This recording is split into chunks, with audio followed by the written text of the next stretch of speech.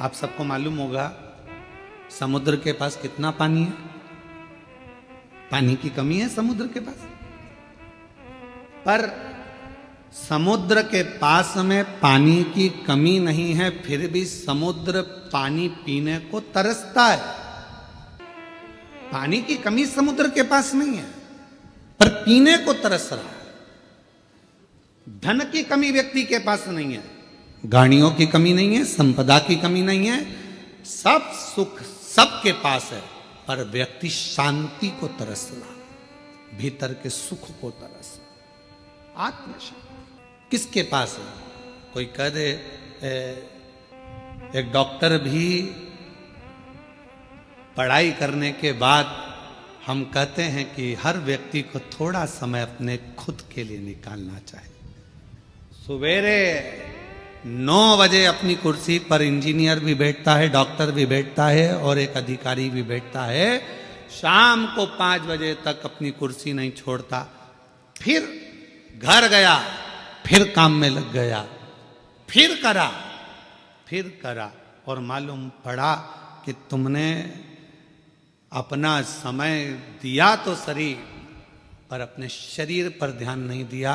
एक दिन तुमने अटैची भरकर पैसा इकट्ठा तो कर लिया, पर मालूम पड़ा कि एक दिन खुद को ही बीमारी हो गई और जो रखा हुआ पैसा था, जो तुमने इतने दिल से कमाया था, वो खुद की ही बीमारी में लग गए। समुद्र के पास पानी बहुत है, फिर भी समुद्र प्यासा है। समुद्र के पास जल बहुत है, फिर भी समुद्र को तृप्ति नहीं है। उछलता है, पुकारता है। शिव महापुराण की कथा कहती है कि एक दिन माता पार्वती जी ने शिव जी से पूछ लिया था कि ये तुम्हारे 1 महीने के अंदर 2 प्रदोष आ जाते हैं, ये प्रदोष तुम किसके लिए लेकर आते हो, और आप ये प्रदोष के दिन इतने प्रसन्न क्यों रहते हो? आखिर क्या कारण है कि प्रदोष का दिन भगवान शंकर को प्राप्त करने का दिन हो जाता है? क्या कारण है कि प्रदोष का दिन भगवान शिव को प्राप्ति का केंद्र बिंदु हो जाता है? क्या कारण है कि प्रदोष के दिन आप इतने आनंद में, इतने उत्साह में रहते हो जैसे समुद्र की लहरें चल रही होती है? आपकी प्रसन्नता का ठिकाना नहीं रहता।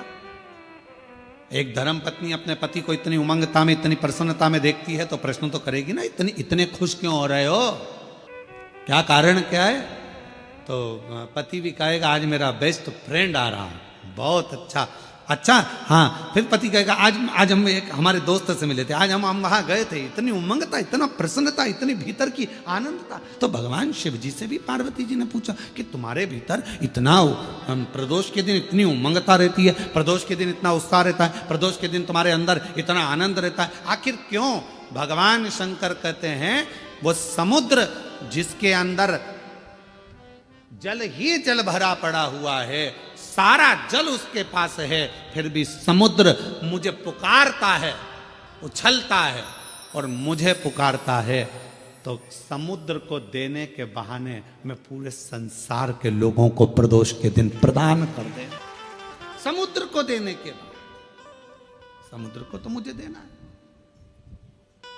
मैं जल दूंगा समुद्र को, प्यासा है वो। पार्वती जी हंसने लगी, समुद्र और प्यासा, जिसके पास दुनिया का जल भरा पड़ा है, सारा जल उसके पास में, सब कुछ है। ये संसार के लोगों के पास भी समुद्र जैसी हालत है, समुद्र के पास सारा जल भरा पड़ा है, तुम्हारे पास में भी सब कुछ है, साड़ी है, कपड़े हैं, एक एक मेरी जीजियों के पास, एक एक मेरे जीजाओं के पास कम से कम 5 से 6 जोड़ चप्पल और जूता भी है। वो जूता रखने की अलमारी भरी पड़ी है, कपड़े की अलमारी भरी पड़ी है, सारा सब कुछ है। और फिर निवेदन करूं, ना कोई घड़ी की कमी, घड़ी भी सबके पास में 2-2 3-3 है, कपड़े भी 4-4 10-10 जोड़ है, सोने की गादी और तकिया भी है, नई नई बेडशीट अलमारी में थप्पी लगी रखी है, एक एक चीज सब है। समुद्र के पास जैसे सब कुछ है, पर भीतर से तृप्ति नहीं है, फिर भी तरस रहा है जल के लिए। सब कुछ है पर वह भीतर की शांति नहीं है।